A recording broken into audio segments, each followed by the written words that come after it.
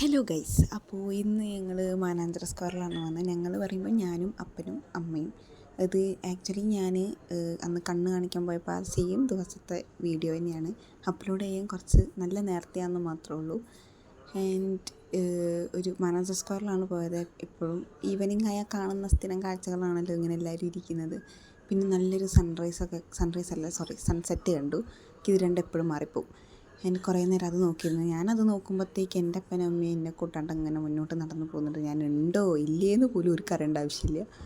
എൻ്റെ അങ്ങനെ അവസാനം എങ്ങനെയൊക്കെയോ നടന്ന് ഞാൻ ഓരോരിടത്ത് എത്തി. അവസാനം അമ്മേനെ കിട്ടി. ഈ അമ്മ ഇങ്ങനെ മുന്നിലേക്ക് നോക്കി നടക്കുന്നതാരും നോക്കണ്ട. കാരണം എൻ്റെ അമ്മ തീരെ ഫോട്ടോ എടുക്കാൻ ഇഷ്ടമല്ലാത്ത ഒരാളാണ്. സോ വീഡിയോ എടുക്കുന്ന കണ്ട അപ്പം മുഖം തിരിക്കും. അതുകൊണ്ടാണ് അമ്മ അറിയാതെ ഞാൻ ഓരോ ക്ലിപ്സ് എടുക്കുന്നത്. ആൻഡ് ഈ വഴിയൊക്കെ പണ്ട് ഞാൻ 10th മുതൽ +2 വരെ ഞാൻ പഠിച്ചത് ടെൻത്ത് വരെ ഞാൻ പഠിച്ചത് അവിടെ അടുത്തുള്ള സ്കൂളിൽ തന്നെയാണ്, BM-ലാണ്. പിന്നെ +2 നടക്കാവിലായിരുന്നു. അപ്പോൾ എപ്പോഴും സ്ഥിരം കാണുന്ന സ്ഥലങ്ങളാണിത് മാനാഞ്ചിറ.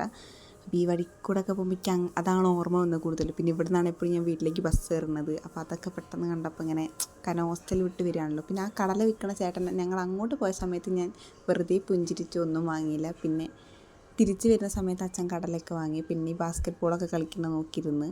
ഞാൻ അത്രയ്ക്ക് കടലേൻ്റെ ഫാൻ അല്ലാത്തതുകൊണ്ട് അത് അമ്മ അങ്ങനെ ഇരുന്ന് കഴിക്കേണ്ടായിരുന്നു. പിന്നെ നല്ലൊരു ഈവനിങ് ആയിരുന്നു, കാരണം കുറേ കുട്ടികൾ കളിക്കുന്നു. എനിക്ക് പണ്ട് ഞാൻ ഇവിടുന്ന് സ്ക്വയറിൽ നിന്നൊക്കെ വീണുണ്ടായിരുന്നു, അതാണ് ഓർമ്മ വരുന്നത്. അതിൻ്റെ ഇടയിൽ അമ്മ എന്തൊക്കെയൊക്കെയോ പറയുന്നുണ്ട്. കുട്ടികളൊക്കെ ഉണ്ട്, അമ്മയ്ക്ക് കുട്ടികളെ ഭയങ്കര ഇഷ്ടം, ചെറിയ പിള്ളേരെ. അപ്പോൾ അതേപ്പറ്റി എന്തൊക്കെയോ പറയുന്നുണ്ട്. പിന്നെ ഈ പ്രതിമ എന്താണെന്ന് സത്യം പറഞ്ഞാൽ എനിക്കറിയില്ല.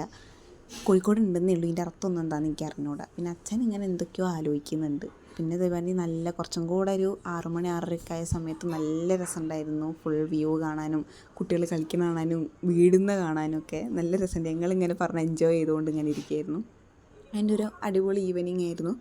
പിന്നെ അങ്ങനെ കുറേ നേരം അവിടെ സ്പെൻഡ് ചെയ്തു. അവിടെ തന്നെ ഇരിക്കുകയായിരുന്നു ഞങ്ങൾ. പിന്നെ അങ്ങനെ സ്ക്വയറിൽ വന്നാണല്ലോ, അപ്പോൾ SM-ൽ പോകേണ്ട ഒരു ഇതാണല്ലോ.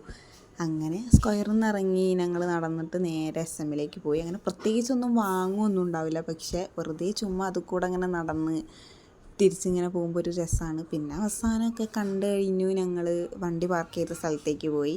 പിന്നെ അങ്ങനെ തിരിച്ച് വീട്ടിൽ പോയി. അപ്പോൾ ഹോസ്റ്റലിലേക്ക് തിരിച്ച് പോകുന്നതിന് മുന്നേ ചുമ്മാ കറങ്ങാൻ പോയതാണ്. അപ്പോൾ അത്രയേ ഉള്ളൂ. ബൈ.